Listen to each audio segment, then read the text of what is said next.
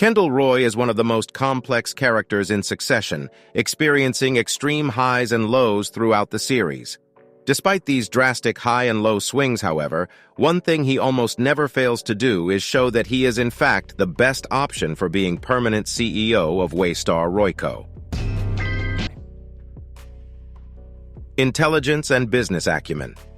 Kendall Roy exhibits exceptional intelligence and a deep understanding of the business world.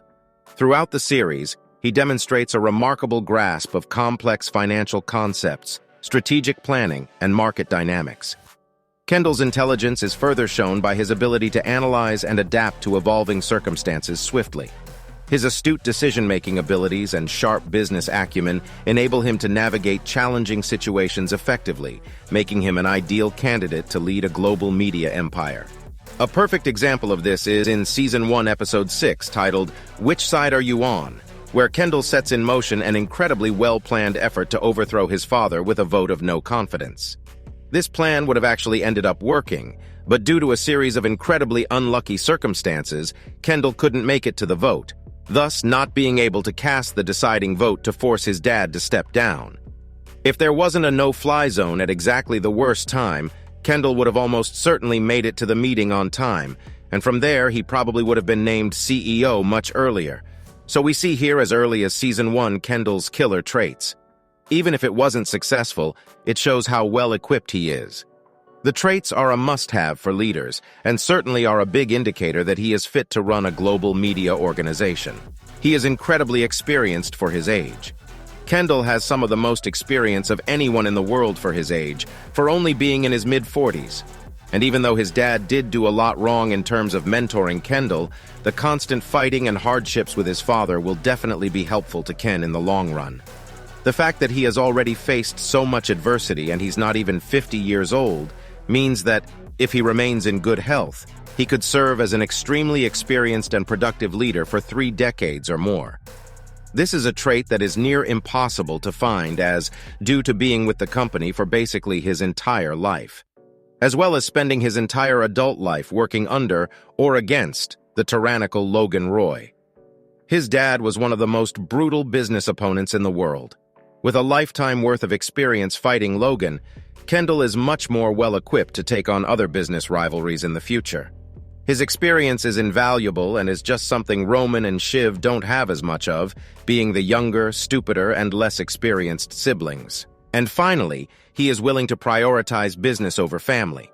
Even though he tries to be a good guy and a good father, he just isn't very good at it, due to his fixation on business. This is obviously very bad for many reasons, but the one thing that this behavior is good for is, you guessed it, being the CEO. Because of Ken's killer traits we discussed earlier, he has no problem ignoring his kids or leaving his siblings out in the cold. This is shown on full display in the most recent episode, Season 4, Episode 8, where Kendall burns Shiv after discovering that Shiv had been collaborating with their biggest competitor behind his and Roman's back. Speaking of Roman, he is a close and powerful ally, and Kendall currently has no immediate reason to turn his back on him. With that being said, Roman does have an ugly track record, and if he screws up, I think there is a real chance that Kendall dumps him too. As he said in Season 4, Episode 7, "I love them, but I don't love them." I think this line is key to understanding Kendall's relationship with his family. He may love them and care about them, but it's business first. Because of this unrelenting killer instinct, Kendall will surround himself and the company with greater talent, fire underperformers regardless of attachment, and overall transform Waystar Royco into a much more efficient company. We can already see him doing this by attempting to use the new president to block the acquisition, thus stifling Alexander and the Swedish tech giant's attempt to take his power away. He has himself in the perfect position to destroy his entire family, but, in the process, making himself one of the most powerful men in the world. The one major issue that Kendall has are his mental health and addiction issues, but I am confident that he is strong enough to get over these.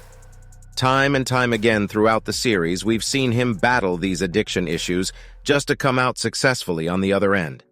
Even though he's had plenty of setbacks, he's always been very good at bouncing back and moving forward.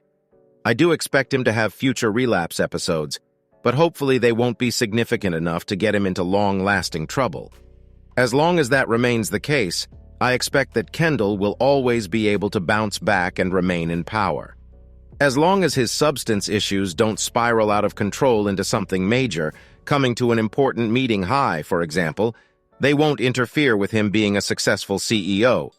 I think that Kendall is certainly capable of handling his drug use, and that he can control himself enough to remain the chief of one of the most powerful media conglomerates in the world. These three key traits of intelligence, experience, and priority of business over family mean that even though Kendall Roy may not be the perfect successor, he certainly is the best option available. This has been Succession Central. Thanks for watching.